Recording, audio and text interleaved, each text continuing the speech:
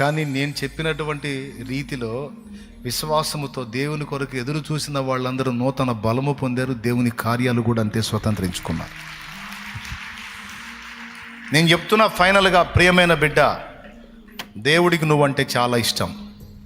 దేవునికి నువ్వంటే చాలా చాలా చాలా ఇష్టం, ప్రాణం పెట్టినంతగా ఇష్టం.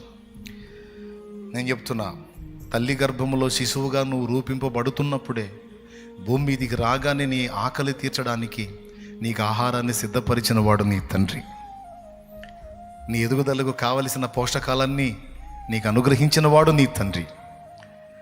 ఏ ఘడియలో ఏ ఘట్టంలో నీకు ఏదేది లభించాలో అన్నిటినీ నీకు ఇప్పటివరకు అందించుకుంటూ వచ్చాడు నీ తండ్రి.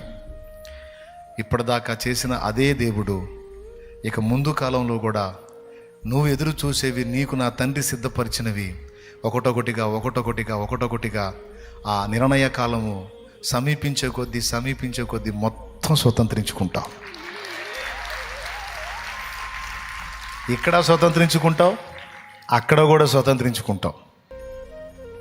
ఆందోళన అక్కర్లా, కలవరం అక్కర్లా, భయం అక్కర్లా. నేను చెప్తున్నా, ఇప్పుడు నువ్వు ఏ అనుభవాల్లో గుండా ఉన్నావో నాకు తెలియదు. నేను ముగిస్తున్నా. ఈ ఒక్క మాట నీకు అర్థమైందని నేను అనుకుంటున్నా.